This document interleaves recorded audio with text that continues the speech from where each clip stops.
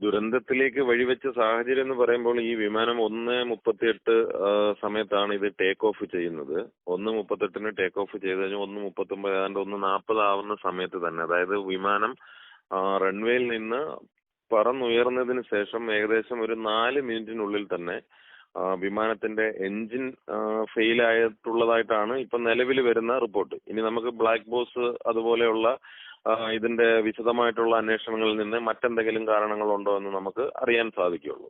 അപ്പൊ വിമാനത്തിൽ പെട്ടെന്ന് തീ പടരുകയും അതൊരു തീഗോളമായിട്ട് താഴേക്ക് വന്ന അവിടെ BJ മെഡിക്കൽ കോളേജ് എന്ന് പറയുന്ന കോളേജിന്റെ അടുത്തായിട്ട് ഒരു ഹോസ്റ്റൽ കെട്ടിടങ്ങളും കുട്ടികളൊക്കെ താമസിക്കുന്ന കെട്ടിടങ്ങളുണ്ട്. അതിന്റെ മുകളിൽ വന്നാണ് ഇത് ഇടിച്ച് പതിക്കുന്നത്. പക്ഷെ ഇത് വന്ന് വീണ സ്ഥലം ജനസാന്ദ്രത ഇല്ലാത്ത ഒരു സ്ഥലമായതുകൊണ്ട് മാത്രമാണ് മറ്റ് അപകടങ്ങളുടെ വ്യാപ്തി നമുക്ക് കൂടാതിരുന്നത്.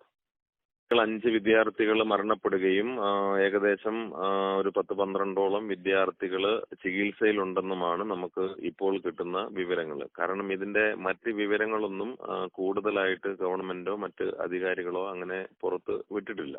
അപ്പൊ നമ്മൾക്ക് കിട്ടുന്ന ഒരു അഭിപ്രായത്തിന്റെ അല്ലെങ്കിൽ നമ്മൾക്ക് കിട്ടുന്ന മറ്റ് മേഖലകളിൽ നിന്നും മാധ്യമപ്രവർത്തകരിൽ നിന്നും അതുപോലെ തന്നെ മറ്റ് അധികാരികളിൽ നിന്നും ലഭിക്കുന്ന വിവരങ്ങളാണ് മറ്റുള്ളവരും എല്ലാവരും നമ്മളൊക്കെ ഷെയർ ചെയ്യുന്നത്. ഇപ്പോൾ നിലവിലത്തെ സാഹചര്യത്തിൽ പറയുന്നത്, അതായത് എമർജൻസി ഡോറിന് അടുത്ത് ഇരുന്നിട്ടുള്ള ഒരു ഇന്ത്യൻ ഒറിജിൻ ആയിട്ടുള്ള ഒരു ബ്രിട്ടീഷ് പൗരനാണ് രമേശ് കുമാർ എന്ന് പറയുന്നത്. അദ്ദേഹമാണ് അത് ഡോറ് തുറന്ന് അദ്ദേഹത്തിന് പുറത്ത് ചാടാൻ കഴിഞ്ഞു എന്നുള്ളതും, അദ്ദേഹത്തിന്റെ അടുത്തിരുന്നത് അദ്ദേഹത്തിന്റെ ബ്രദർ ആണെന്ന് പറയുന്നു. പക്ഷേ വീണ്ടും രക്ഷപ്പെട്ടു എന്ന് പറയുന്ന മറ്റൊരു സ്ഥിരീകരിക്കാത്ത റിപ്പോർട്ട് നമുക്കിപ്പോൾ വരുമ്പോൾ അത് ഒറിജിനൽ ഇന്ത്യൻ ആണെന്നും പറയുന്നുണ്ട്.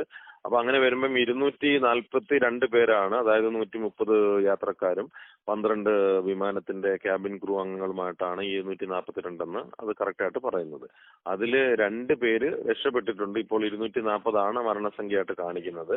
അതിനോടൊപ്പം തന്നെ മരിച്ച 1ഉം 2ഉം വർഷ മെഡിക്കൽ വിദ്യാർത്ഥികൾ താമസിക്കുന്ന ഹോസ്റ്റലിന്റെ മുകളിലാണ് ഇതിന്റെ വിമാനത്തിന്റെ ഒരു ഭാഗം വന്ന് ഇടിച്ചത്. അപ്പോൾ അവിടെ ഭക്ഷണം കഴിച്ചുകൊണ്ടിരിക്കുകയോ അല്ലെങ്കിൽ മറ്റെന്തെങ്കിലും ആവശ്യമായിട്ട് ആ ഹോസ്റ്റലിൽ നിൽക്കുകയോ ചെയ്ത കുട്ടികളാണ് മരണപ്പെടുകയും അപകടത്തിൽപ്പെടുകയും സംഭവിച്ചിട്ടുള്ളത്.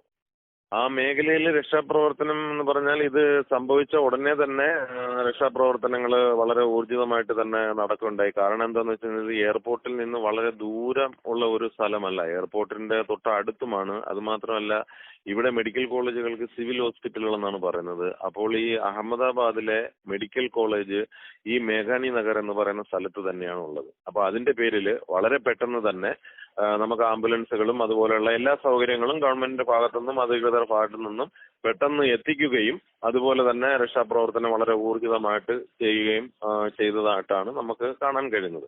പിന്നെ മറ്റൊരു സംഭവം എന്ന് പറഞ്ഞാൽ ഈ വിമാനം അത് കത്തി അമർന്നുകൊണ്ട് അവിടെ വീഴുമ്പോഴത്തേന് അതിൽ പെട്ടെന്ന് പോയിട്ട് ആർക്കും ഒന്നും ചെയ്യാൻ പറ്റുന്ന ഒരു സ്ഥിതി ആയിരുന്നില്ല. അത് പെട്ടെന്ന് ആളി കത്തുമ്പോൾ അതൊരു തീഗോളമായിട്ട് കത്തി അമരുകയാണ് ചെയ്തത്. അപ്പോൾ ഈ രക്ഷാപ്രവർത്തനത്തിൽ കൂടുതൽ പ്രാധാന്യം നൽകിയത് ഈ ബിൽഡിങ്ങിൽ ഉണ്ടായിരുന്ന കുട്ടികളെ രക്ഷപ്പെടുത്തുക എന്നുള്ളൊരു പ്രാധാന്യമാണ് ആദ്യം നൽകിയത്. നമ്മൾ കണ്ടതും അങ്ങനെയുള്ള വിഷ്വൽസുകളാണ് ആ സമയത്ത് നമ്മൾ കണ്ടത്. അല്ലാതെ വിമാനത്തിൽ നിന്നുള്ള യാത്രക്കാരെ അല്ല നമ്മൾ ഹോസ്പിറ്റലിലേക്ക് ആദ്യമേ കൊണ്ടുപോയിരുന്നത്. അതുപോലെ തന്നെ സാർ, നിർഭാഗ്യവശാൽ നമ്മുടെ മലയാളിയായിട്ടുള്ള ഒരു പെൺകുട്ടിയും ദുരന്തത്തിൽ കൂടുതൽ വിവരങ്ങൾ ലഭ്യമായോ?